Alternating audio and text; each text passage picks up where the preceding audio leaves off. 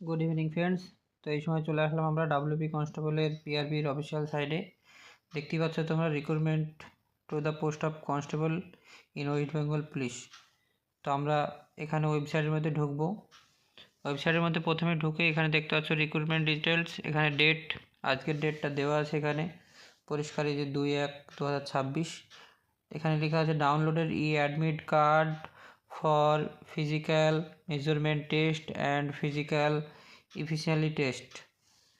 তো এইটা আমরা সর্বপ্রথমে এখানে ভেতরে ঢুকবো।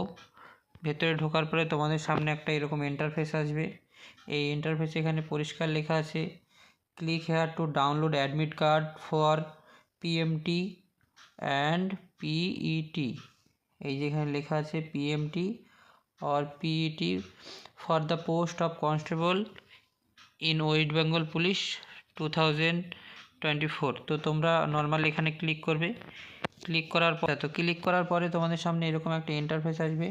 এখানে লেখা আছে অরিজিনাল আধার কার্ড। তোমাদের যে অরিজিনাল আধার কার্ড নাম্বার যেটা তোমরা অ্যাডমিট ডাউনলোড করার সময় দিয়েছিলে সেটা সাবমিট করতে হবে। এখানে লেখা আছে চুজ ফাইল। এখানে ফাইলটা চুজ করতে হবে অবশ্যই, যে তোমার ফাইলের সাইজ যেটা 200 KB থেকে 400 KB হতে হবে। তারপরে তোমার এজ প্রুফ সার্টিফিকেট, যেটা মাধ্যমিক অ্যাডমিট কার্ড অথবা পাস সার্টিফিকেট যেটা আছে সেটা এখানে এটা আপলোড করতে হবে। এটাও 200 KB থেকে 400 KBর মধ্যে দিতে হবে। তারপরে তোমার মিনিমাম কোয়ালিফিকেশন, মানে তুমি মাধ্যমিক পাস, উচ্চ মাধ্যমিক পাস যেটা তোমার অ্যাপ্লাই সময় দেওয়া আছে সেই মিনিমাম যেটা আছে সেটা এখানে চুজ ফাইলে গিয়ে এটাও 200 KB থেকে 400 KBর মধ্যে দিতে হবে।